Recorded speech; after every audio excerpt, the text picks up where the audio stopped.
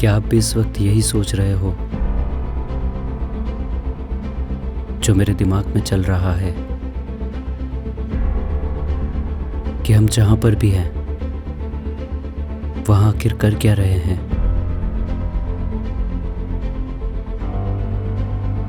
फिलहाल मैं मनाली में हूं और कल मुझे ज़ांस्कार निकलना है।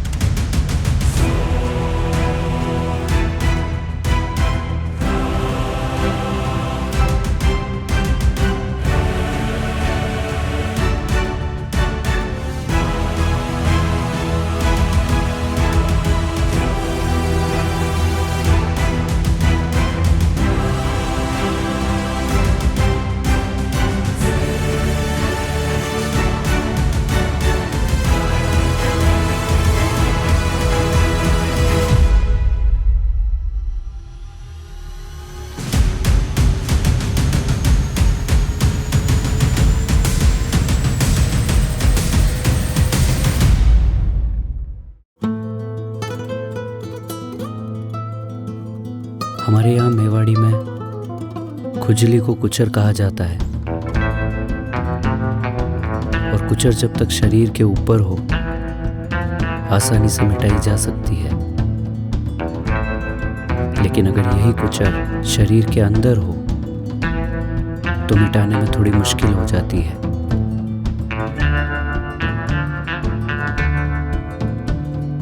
घर के कोर्टयार्ड में स्केटबोर्ड चला रहा था और अचानक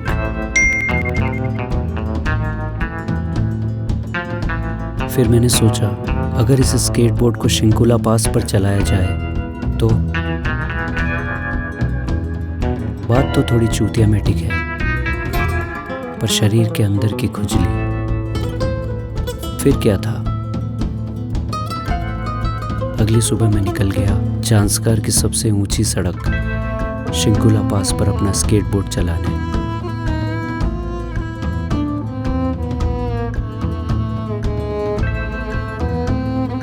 इंसानों और राक्षसों में केवल लुक्स का फर्क होता है, ये मुझे हिडिंबा की कहानी से पता चला।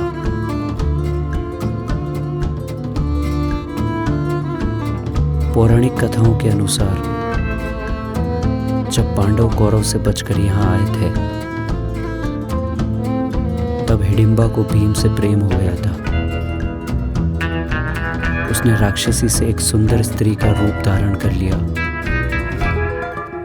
और जब हिडिंब को ये बात पता चली तो उसका और भीम का भयंकर युद्ध हुआ और भीम ने हिडिंब को मार दिया। शादी से पहले दोनों ने वादा किया कि संतान होने के बाद वे अलग हो जाएंगे। घटोत्कच के जन्म के बाद वे अलग हो गए। इस डूंगरी जंगल में तपस्या करके हिडिंबा राक्षसी से देवी बन गई, पर मेरे मन का देवता इस गेम खिलाने वाले राक्षस को देखकर मर गया और 50 रुपए की एक चांस में 300 कमाने के लिए पानी पीने के ग्लासेस उड़ाने लगा। कई देर मेहनत करने के बाद और लगभग सारे दाव पेंच लगाकर भी सारे ग्लास नहीं गिरा पाया। खुद को हिडिंब और इस गेम खिलाने वाले को भीम समझ हार मानकर अपने हॉस्टल के लिए निकल गया।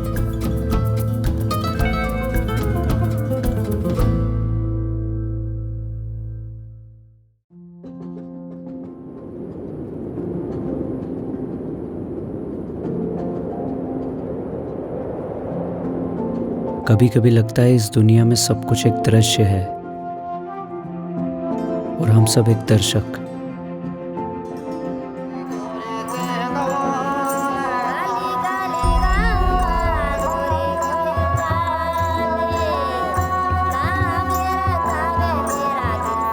पर ये इतना आसान नहीं है।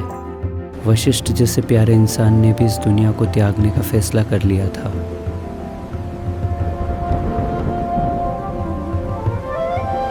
जो खुद भगवान श्री राम के गुरु थे और जिनके नाम पर ये गांव वशिष्ठ है। वशिष्ठ ऋषि ने खुद को बांधकर एक चलती नदी में फेंक दिया था और अपने प्राण त्यागने का फैसला कर दिया, पर उनकी पवित्रता और चरित्र का मृत्यु भी कुछ ना बिगाड़ पाई। नदी ने उनके हाथ खोल दिए और उन्हें जिंदा किनारे पर छोड़ दिया। बाद में इस नदी का नाम विपाशा पड़ा, जिसे सब आज ब्यास नदी के नाम से जानते हैं। अब भला ऐसे दिव्य व्यक्ति की कहानी सुनकर कौन प्रभावित नहीं होगा। थाईलैंड से आए इन बाबा ने भी वही किया। जिस तरह से नदी से बाहर आकर वशिष्ठ ऋषि ने इस गांव में कुटिया बनाई, थाई बाबा ने भी वशिष्ठ मंदिर के पास अपना डेरा डालकर और सनातन धर्म अपनाकर भक्ति में लीन हो गए। क्या ये बाबा यहाँ आए थे इसलिए इनकी चेतना बदल गई, या इनकी चेतना ऐसी ही थी इसलिए ये यहाँ आए? क्योंकि जगह बदलने से तो केवल दृश्य बदलता है, दृष्टा यानी आप नहीं। आप हमेशा वही रहेंगे जो आप भीतर से थे, बस खुद को दृश्य से अलग करने की देर है।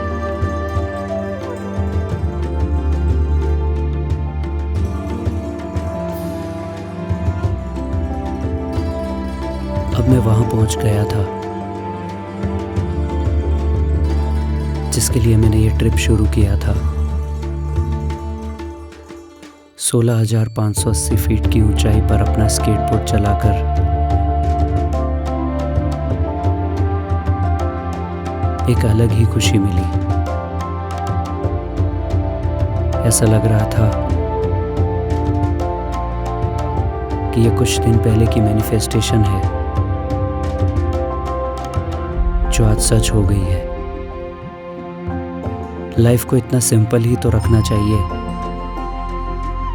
कि जो आप करना चाहते हो वो कर लो, तो लाइफ में और कुछ मिले या ना मिले आपको रिग्रेट्स नहीं रहते। असल में स्केटबोर्ड का तो सिर्फ बहाना था। लंबे टाइम से जांस्कार आना था और स्केटबोर्ड के बहाने में यहाँ आ गया।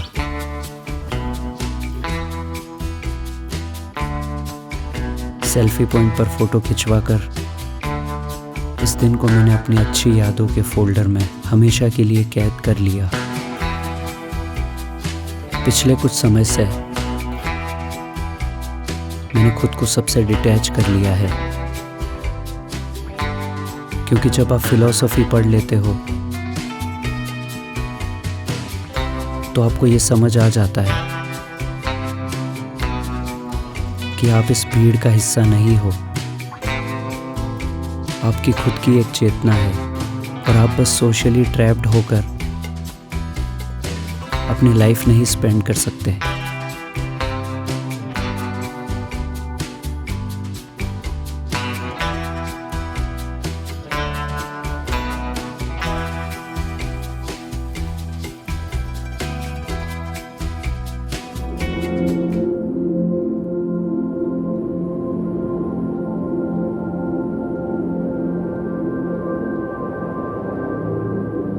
लेकिन यहाँ कोई और भी था जो सबके बीच में रहकर भी अकेले खड़ा था। Kombo Rengjan, the detached mountain. Kombo Rengjan को जब दूर से देखा तो ऐसा लगा कि जैसे कोई इंसान तपस्या करने के लिए आसन में बैठा हुआ है। इसकी एनर्जी इसे दूसरे पहाड़ों से अलग कर देती है।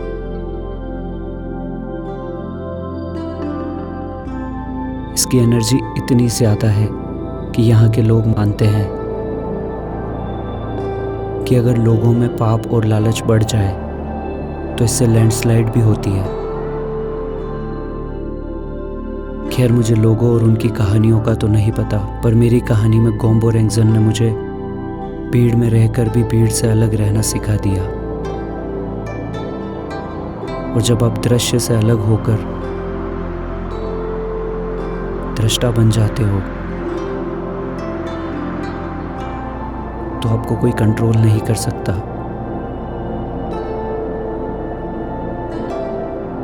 आप अपनी जिंदगी के मालिक खुद हो जाते हो, एकदम स्वतंत्र।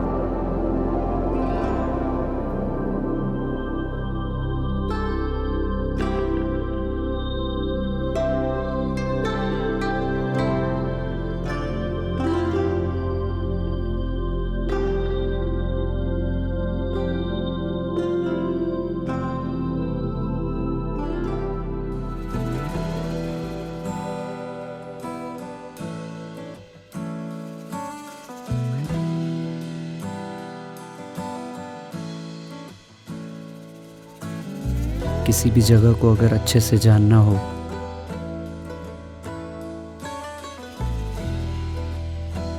तो पैदल सैर पर निकल जाना। सुबह जब मैं अपने होम स्टे के बाहर निकला, मैंने कुछ बच्चों को देखा। अपने जीवन को उत्सव सा मनाते ये बच्चे खेल रहे थे। इससे पहले कि मैं सारे नियम समझ पाता,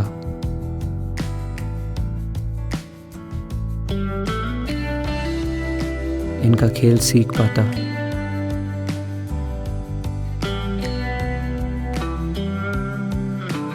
इनकी स्कूल बस आ गई और इन्होंने कहा अंकल कल आना।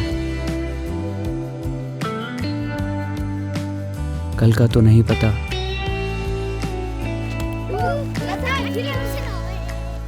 पर फिलहाल इन्होंने मुझे मेरे बचपन की याद जरूर दिला दी।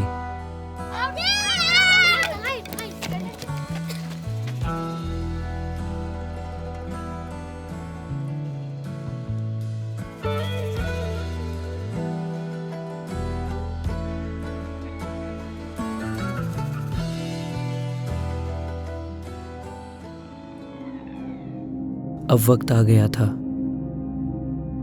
इस दुनिया के सबसे प्यारे इंसान से मिलने का। जब मैं उनसे मिलने पहुंचा तो पता चला वहां किसी की तैयारी चल रही थी, सागा दावा फेस्टिवल की। तिब्बत के कैलेंडर के चौथे महीने को सागा दावा कहते हैं। यह महीना बौद्ध धर्म का सबसे पवित्र महीना माना जाता है और कारण है यह इंसान जिससे मिलने में कारशा मोनेस्ट्री आया हूं। वैसे तो सब इन्हें भगवान मानते हैं, पर इन्होंने हमेशा यही कहा, there is no God, The God is inside you.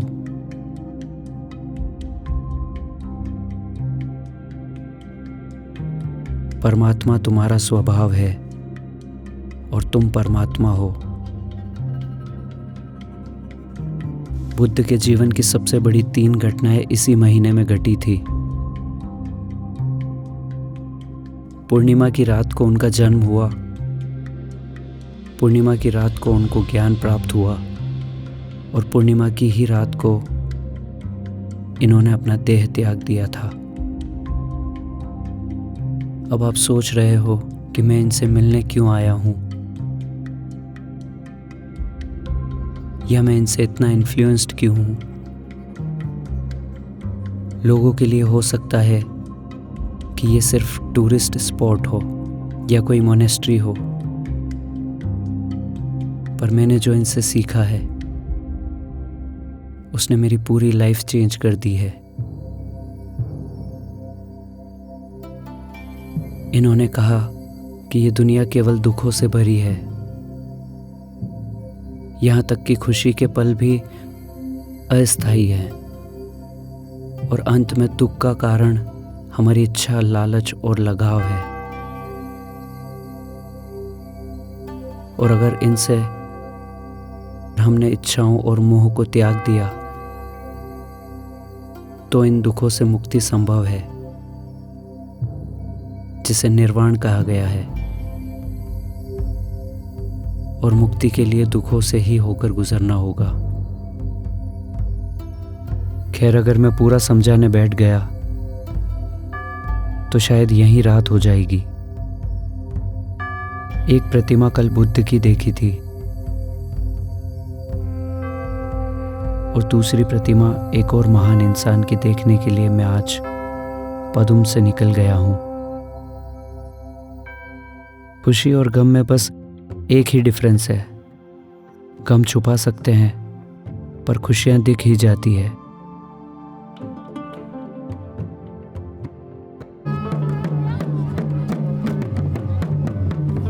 पहले लगा किसी नेता की रैली है, पर फिर जब चेहरों पर खुशियां और एक्साइटमेंट देखा तो रहा नहीं गया। ढोल, नाच गाना,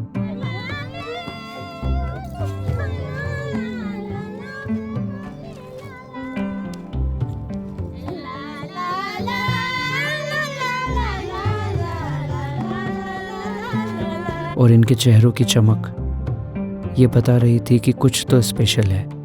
पूछने पर पता पड़ा कि जांस्कार को डिस्ट्रिक्ट बना दिया है और खबर आज ही आई है। ये लोग यूं ही नहीं सज धज के नाच रहे हैं, इन्हें पता है अब इनके बच्चों का भविष्य और बेहतर होने वाला है। और भी संसाधन होंगे, स्कूल्स, हॉस्पिटल्स। अब जब सारी सुविधाएं होंगी तो इन्हें इमरजेंसी के लिए ले नहीं जाना पड़ेगा। एक अच्छी खबर मुझे भी मिली। पेंसिला पास पर बर्फ गिर रही है।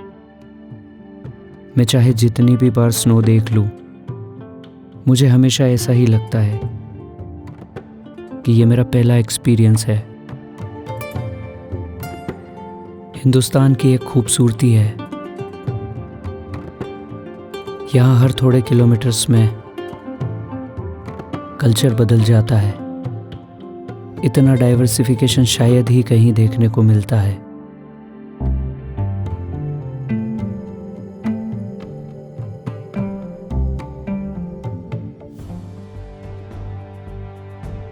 अब मैं वहां पहुंच गया हूं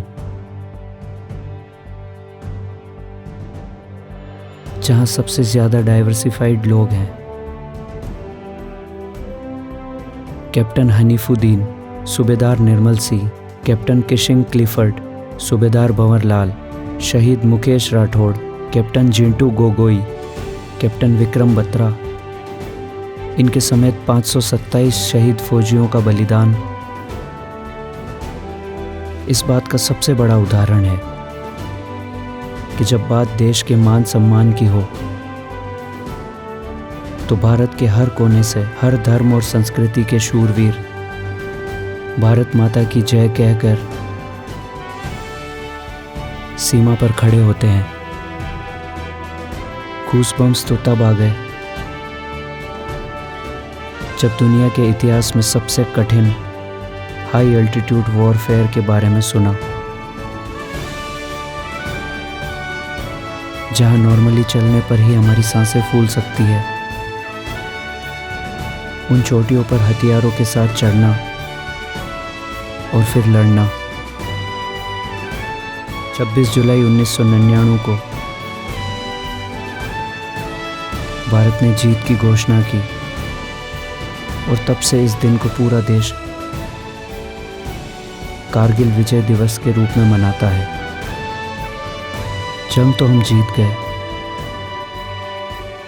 पर कारगिल युद्ध के सबसे बड़े नायकों में से एक विक्रम बत्रा अपने घायल साथी को बचाने के लिए खुद सीने पर गोली खाकर शहीद हो गए। ऐसे कई फौजी थे जिन्होंने हमारी आज़ादी के लिए अपनी जान गंवा दी। इस दुनिया में सबसे कीमती चीज़ अगर कोई है तो वो स्वतंत्रता है। ये हवा में लहराता झंडा, ये शहीदों के स्मारक और ये पवित्र अमर जवान ज्योति जो 24 घंटे खुद जलकर रोशनी फैलाती है, ठीक उसी तरह जैसे उन 527 जवानों ने खुद जलकर हमें इस खुले आसमान के नीचे स्वतंत्र घूमने के काबिल बनाया। हमें तो कोई जंग भी नहीं लड़नी है, बस स्वतंत्र होना है, खुद से, इस समाज से, उन लोगों से जो हमें रोक रहे हैं, जो हम करना चाहते हैं उसमें बाधा डाल रहे हैं। मैं तो इस स्वतंत्रता को खाली नहीं जाने दूंगा।